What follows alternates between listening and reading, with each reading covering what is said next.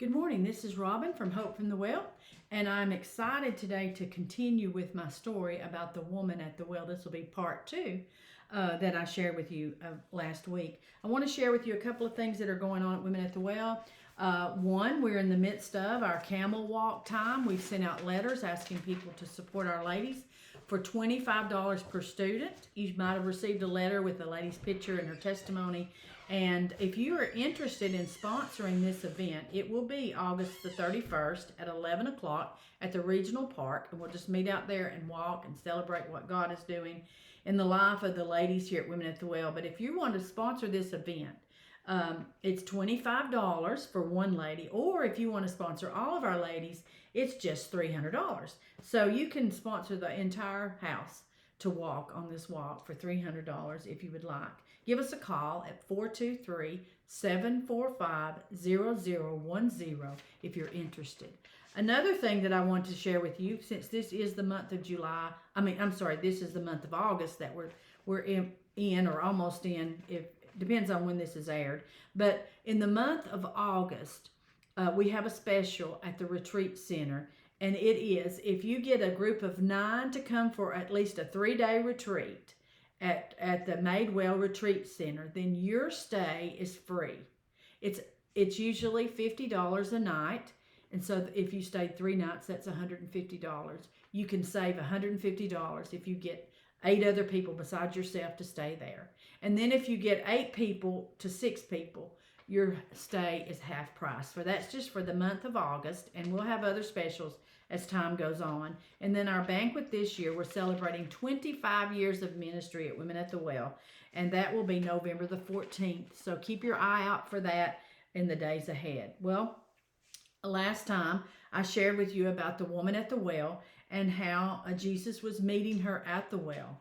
And some of the things that we talked about during that time last week was that the Jewish people did not associate with the Samaritan people. So the Galileans, many Galilean Jews avoided the Samaria, although altogether on their way to Jerusalem. In other words, they just went around it, even traveling longer and going out of their way to totally miss that region where the Samaritans live. Now, I want to share this with you. How many of you may have said Jesus came to turn things upside down? Well, that's not completely right. Jesus didn't come to turn things upside down. Everything was already upside down. Avoiding a whole area to stay away from a group of people, that was upside down. And having a beef with a group of people for a long period of time, 700 years in this case, that was upside down. The way that women were treated and thought of in that day because of a teaching of a man named Ben Sora back in that day, that was upside down. Jesus didn't come to turn things upside down. As I said, it was already. Jesus came to set things right. And in your life, Jesus has not come to turn things upside down for you either. Jesus has come to set things right in your life and to get you on the right path with him. So keep that in mind as we're talking about the woman at the well and maybe even others that you may know why Jesus came. Well, we're talking about a culture in the first century that lived by, and maybe even today, honor is at the top and shame at the bottom. So you're either in shame or you're an honorable person. So the woman at the well we talked about last week was in a place of shame because she was a woman, she was a Samaritan. And then at the end of our session, we talked about how Jesus asked her, go get your husband. Would you go get your husband and bring him here? And she said, I have no husband. And then he said, you're right, you've had 5 husbands, and the man you're with now is not your husband. So that really put her not even a little lower in the shame area. She was a Samaritan. She was a woman. She was a 5-time divorced woman. Let me just share with you a little bit about that divorce. There was two thoughts during that day about divorce. One group believed in the spirit of the law. In other words, they went by the spirit of the law and had a broad sense of interpretation of the law. The other group went by the law, okay, the law, what it said. And they were very narrow in their thinking as far as in their interpretation as a scripture. So when Jesus came along, he was asked about divorce, and he seemed to, and he did, more go toward the people who had a more narrow thought about divorce.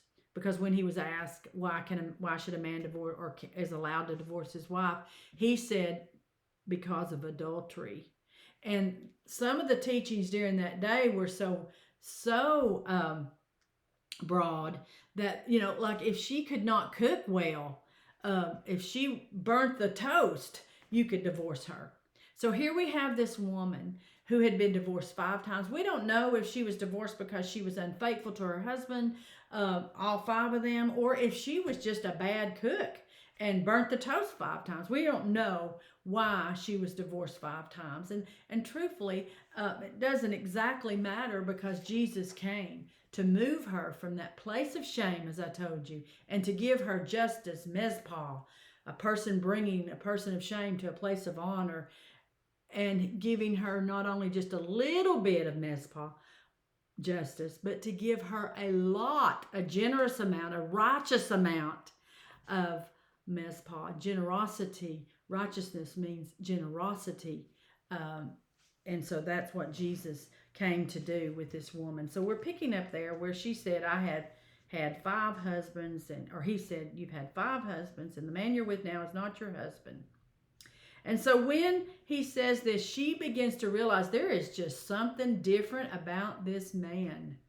He's still talking to me, and he knows everything about me. He knows my state that's way down here in shame, but yet he's sitting at this well and he's teaching me, he's talking to me like I am a student of his. And so she begins to ask him, make some statements about knowledge that she has. And she says, I perceive that you are a prophet. So that gives her an opportunity to begin asking him questions that she'd been thinking about probably. Our fathers worship on this mountain, but you say that in Jerusalem is the place where your people ought to worship. Jesus said to her, Woman, believe me, the hour is coming when neither on this mountain nor in Jerusalem will you worship the Father. You worship what you know. You worship what you do not know, and we worship what we know, for salvation is from the Jews. But the hour is coming and is now here when the true worshipers will worship the Father in spirit and in truth. And the Father is seeking such people to worship him.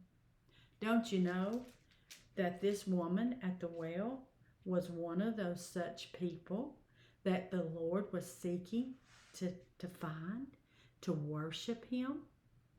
And because she was so inquisitive about where she was supposed to worship, I think she wanted to get it right.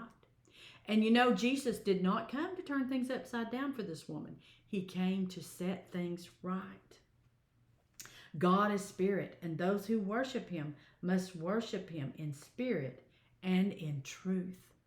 So this woman is in the shame area down here, but Jesus begins to talk to her. He's bringing her up a little bit more. He's a Jew, she's a Samaritan, but he is talking to her. And then he knows that she's a Samaritan, but he's still talking to her. That's bringing her on up. He knows all of her past, so he's bringing her up a little bit further in the shame and the honor scale.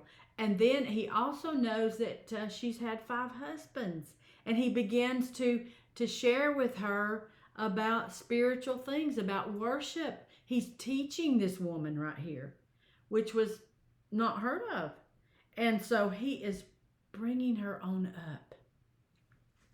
And so she says to him, I know that the Messiah that is to come, he will show us, when he comes, he will tell us all things. And Jesus said to her, I who speak to you am he. That was a big one. That was a big reach down, bring you up. You know what I'm doing? I'm telling you that I am the Messiah. I'm revealing to you that I am the Messiah. The Samaritan woman will forever be held in an honoring place. First person that Jesus explicitly told he was the Messiah, the Christ. What a place of honor she was given, even though she was a woman. She was a Samaritan woman. She had been married 5 times, and the man she was with now was not her husband. Jesus gave her a gift, the first of something, the first of when someone was told explicitly who he was, the Messiah. That just makes me want to think how much I love Jesus. That makes me want to say, Jesus, I love you.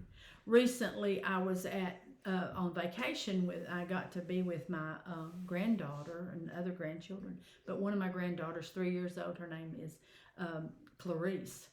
And she's sitting on my lap one morning and she looks at me with her big eyes and she says, I love you so much. And it's so sweet. I can't even say it like she said it. It was just so precious.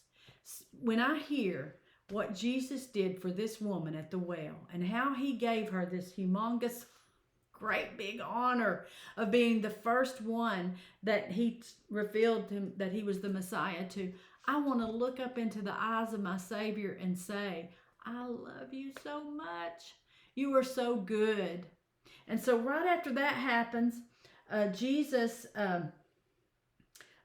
shares that with her about being the Messiah.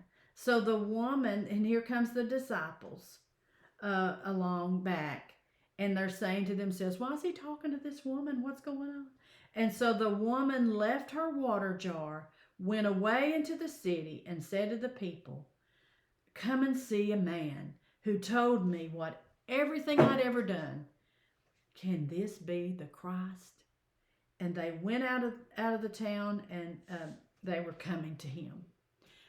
People came to Jesus because of what this one woman said, because of this encounter that Jesus had with this woman. And I'll tell you what, Jesus is still doing that today. And I'll give you an example. We were sitting at the regional park with our ladies one day, and one of our women was sitting with me, one of our graduates, and she said, I used to sleep under this picnic table that we're sitting at. Talk about a place of shame. To the point we're homeless, sleeping under one of our picnic tables at the regional park. If you ever go out there, I want you to think about that. In the cold, in the winter, sleeping under that picnic table. But let me tell you what Jesus did. He brought her out from under that picnic table. He brought her to women at the well, where she began to hear who he really is. He began to give her justice, Mezpah, righteousness, Zedekiah. And he gave her a generous amount of righteousness and began to bring her out of that place of shame to a place of honor. And let me tell you something.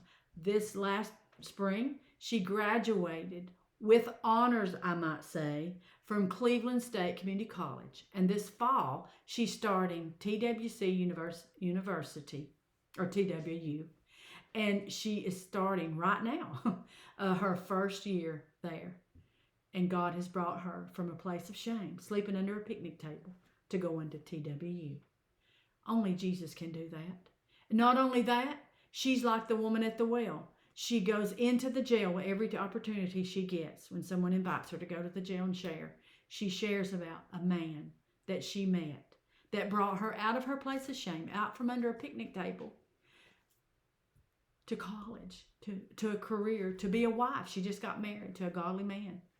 Oh, God has done an awesome work in her life, and he has brought her from that place of shame to a place of honor. Well, I'm out of time today. I want to thank you so much for tuning in to Hope from the Well. I have so many other examples to share with you about women of shame who've been brought to a place of honor, and I look forward to doing that in the days to come. And remember, if you have Jesus, you always have hope.